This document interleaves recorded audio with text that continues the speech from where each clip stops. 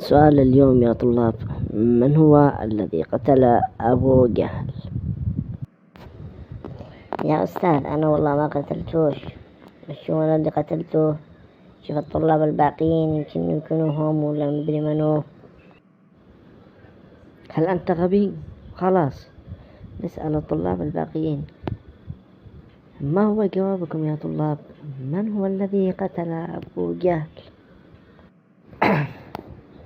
بروح أكلم المدير أخليه يتفاهم معكم هو بنفسه. أنا تعبت معكم، تعبت يا مدير. العفو لو أزعجتك، بس الطلاب أنا سألتهم اليوم من الذي قتل أبو جهل، لا أحد يعرف ما هو الجواب. كلهم يقولون ليس أنا ليس أنا ليس أنا، لا أحد يعرف ما هو الجواب. إذن فلتدخل أنت فلتسألهم وتجرب بنفسك. يلا الآن نروح نشوفهم إيش فيهم. السلام عليكم يا طلاب، كيف حالكم؟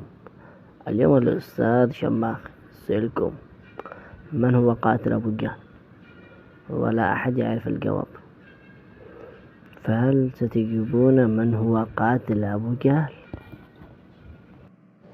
يا أستاذ أنا ما قتلتوش أبو جهل، أنا أمس كنت غايب، ما قتلتوش أحد، ما عرفش أقتل أنا أحد، ما عرفش أقتل دمي. خلاص يلا سابر، أنا بشوف كيف. الحين اسمعني يا أستاذ شماخ، هل الذي قتل أبو جهل هو من الفصل ولا من أين؟ من اللي قتل أبو جهل؟ يا قهر قلبي، حتى أنت يا مدير قاعد غبي مثل عوم، ما لك.